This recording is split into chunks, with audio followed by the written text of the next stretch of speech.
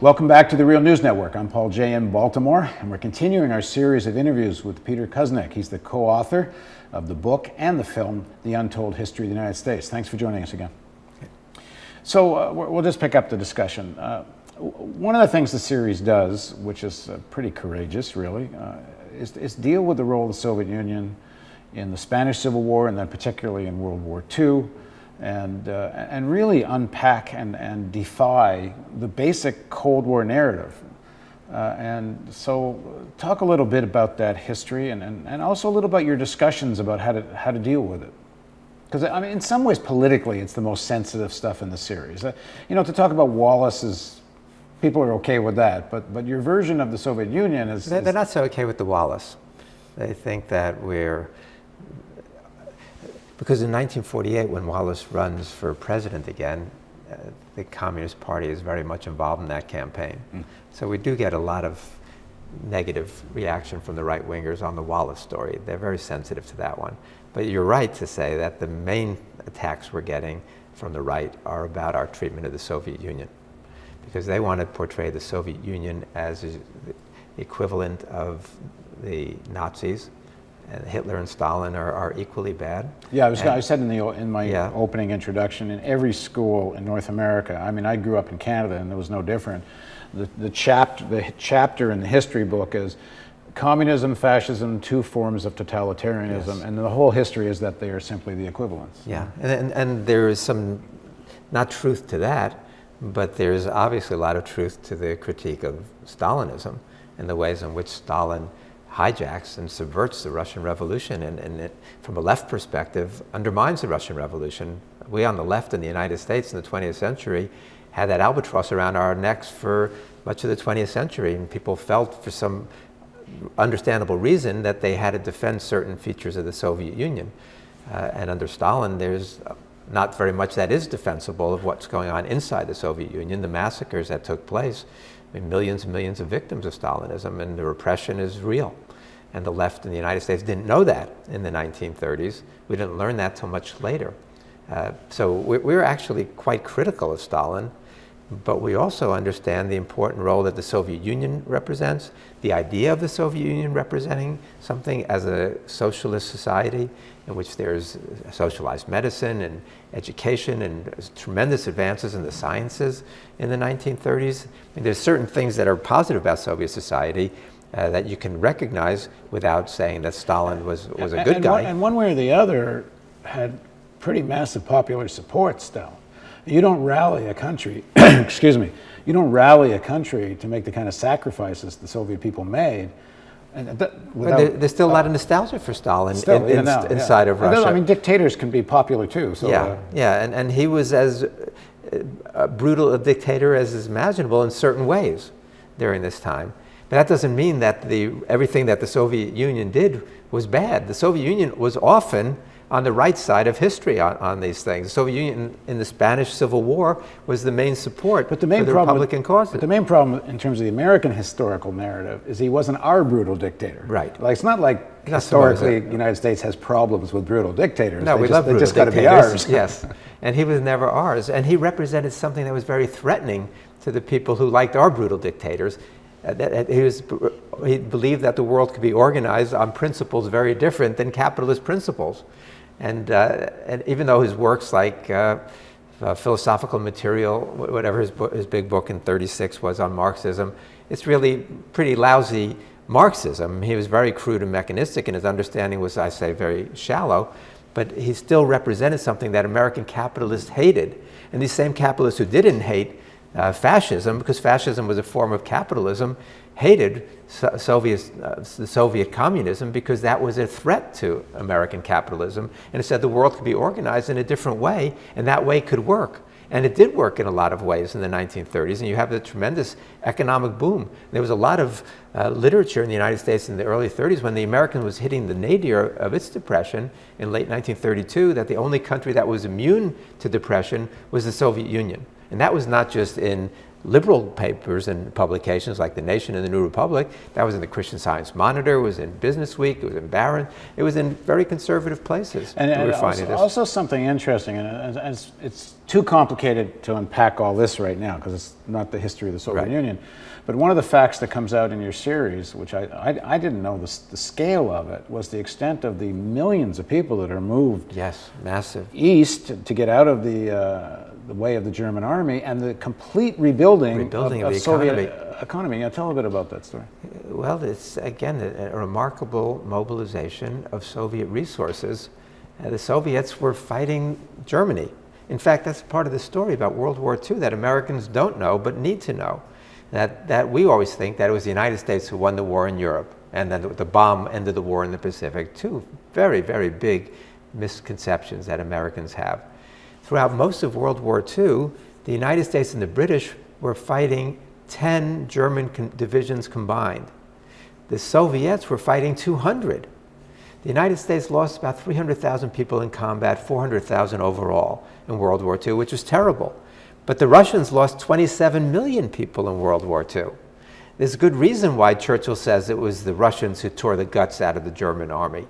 And Roosevelt recognized that, and Americans at the time recognized it, which is partly why the Soviets were viewed so positively by the United States, by American people during World War II. It's part of the reason why there was a possibility for post-war friendship and collaboration as Wallace and Roosevelt envisioned after the war, and as Stalin desperately hoped for. The whole Russian vision after the war was based upon this idea that the United States and the Soviets would remain allies. That was essential for Stalin's political dreams, as well as for his economic vision of how you rebuild the Soviet economy, which was devastated. It was Kennedy who recognized that in his famous AU commencement address, when he says that the destruction of the Soviet Union was the equivalent of the entire United States east of Chicago being wiped out and destroyed. What they suffered was, beyond imagination, really, what the Soviets suffered, which was why there's such an abhorrence of war afterwards inside the Soviet Union, but also why they were so defensive and why they wanted Eastern Europe.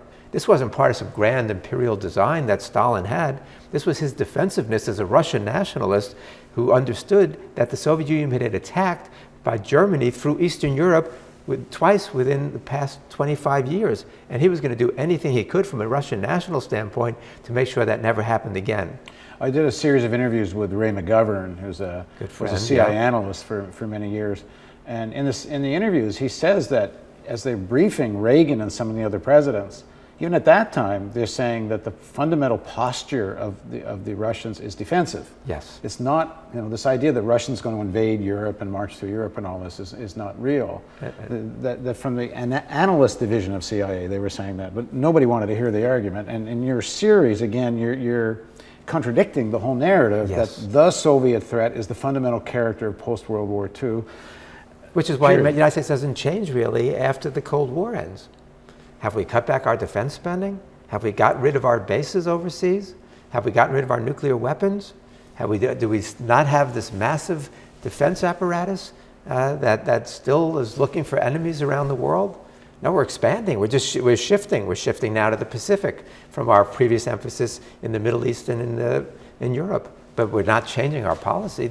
Now, one of the critical moments in terms of World War II, and it's been a big debate, is Stalin makes a deal with Hitler. Yes. And a non-aggression pact of some sort. And one version of this is Stalin did everything he could to have an alliance with the United States and England. Yes. And against Hitler. And the other version is Stalin really didn't care who he made a deal with, and he was happy to have a deal with Hitler, and the only reason it broke is Hitler attacked him. What are your sources? How did you come to terms with what you thought was the correct version of this? Well, Stalin was not always a man of great principle, as we know. Stalin could be ruthless and bloody and tyrannical and could make a deal with Hitler. None of what we're saying is a defense of Stalin. We've got a portrait of Stalin that portrays him to be quite brutal. We're very, very critical of Stalin. However, from 1935 to 1939, he did everything he could to form an alliance with the United States and the Western capitalist nations. because he knew that there were forces who wanted to push Hitler to attack the Soviet Union. My uncle was a writer at the time, a journalist as well, and he was at one of the conferences that they allowed the media into. And he said that the Soviet foreign minister was practically begging for for an alliance with the West against Hitler, and they just were not interested. They went so far that the Communist Party in the United States basically supported Roosevelt.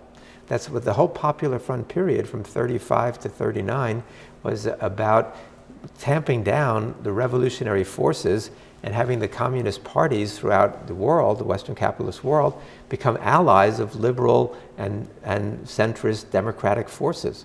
The Communist Party was basically an adjunct of the Democratic Party between 35 and 39 at a time when its popularity became great. And they were saying during the Popular Front, they said communism is 20th century Americanism. That was their line. And they traced their lineage back to Washington, Jefferson, and Lincoln. This was not a very revolutionary force at that point, but that was the policy out of the Soviet Union, because they wanted alliances with the Western capitalist governments. They never did anything to form an alliance with Hitler during that time. And by 1939, they were desperate. They knew that the Germans would be launching an invasion, but this was after the Western forces capitulated repeatedly to Hitler. Well, this kind of goes back to the point I was making in one of the earlier segments, though. Like, where's Roosevelt in all this? I mean, Roosevelt is in on not building an alliance. If he really wanted to stop Hitler, it was the obvious thing to do. Yeah, Roosevelt could have done that, but he would have had to buck American public opinion. As you said also, 95% of the American people were opposed to even getting involved in World War II when the war was going on and Britain and France were under the gun. But what I'm getting back at, we're getting back into the Roosevelt argument again, but I don't mean intervening militarily, but sanctions against American companies that help Hitler. I saw something, I mentioned to you off camera, but I saw something at the Holocaust Museum in Washington. It said, my memory is it was something like 75% of newspaper editors who were asked in 1936 whether to send the Olympic team, American Olympic team, to the Nazi-held Olympics, said don't do it. And they did it anyway. Yeah. So there was a fair amount of public opinion here against Hitler, even if there was public opinion against military intervention, or getting involved in the war, or getting into Europe's war. But they were also anti-Hitler. So like Roosevelt would have had a platform for at least sanctions for doing various things. He would have, and he should have. Not disagreeing with you. Of course I wish Roosevelt would have intervened against fascism and formed the alliance much earlier. And of course I believe that Roosevelt should have supported the Republican forces in the Spanish Civil War. And we could have, because Hitler at that point was going to back down. Hitler did not have the strength to do the things he was doing, and of course you have an interesting quote from Hitler about that. Yeah, that he when they first start moving into the Rhineland, that he expects to get beaten. In March 1936, German troops occupied the demilitarized Rhineland. It was Hitler's biggest gamble to date, and it worked. The 48 hours after the march were the most nerve-wracking in my life, he said. The military resources at our disposal would have been wholly inadequate for even a moderate resistance.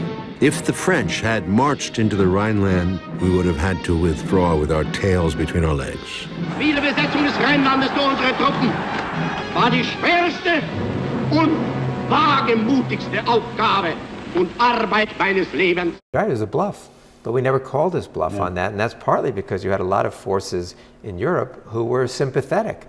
They were either afraid of war or they were sympathetic. Well, then why is Stalin's deal with Hitler unprincipled? I mean, if he's facing the destruction of the Soviet Union, what else is he supposed to do? What's unprincipled is the way it was defended. If you would say publicly that this was a desperation move done in order to prevent an attack or to preserve the Soviet Union, that would be one thing. But the left forces in the United States defended this on principle. And there was no principled way to defend an alliance with fascism. There was a pragmatic way that you could explain an alliance with fascism for that period of time, and Stalin wanted to buy time. However, by the time the Germans do invade in 1941, he was being warned that an invasion was imminent, and he didn't believe it. Stalin, who doesn't believe anybody and trust anybody, did not realize that this mobilization was... How do we know that? We know that from the records. We know that that his generals and others, intelligence people, were warning him, and he said that that they were not about to invade, that the German invasion was not going to come, and the Russians were caught totally unprepared. The Germans blitzed right through them in the beginning, and many people, including in the United States, felt that the Russians were about to capitulate. That's part of why the British rushed in there so quickly to try to keep them in the war. They wanted the Russians in the war against Hitler because they knew it was the key to the Europeans, the Western Europeans, the British actually surviving the war, was keeping the Russians in. And they were afraid that the Russians were going to cut a deal with Hitler because they were so badly wounded in those early steps. But Stalin said no. Stalin said, give me some material aid so we can fight them, and we will fight. We will defeat them. And 27 million lives. 27 million later, yeah. Most horrific battles in the history of warfare. Yeah. Somehow they did it. Somehow they did it, and we show how they did it, and the Russian people were heroic in their resistance. Okay, we're going to pick this discussion up, another segment. Please join us for the continuation of our discussion with Peter Kuznick on the real history of the United States.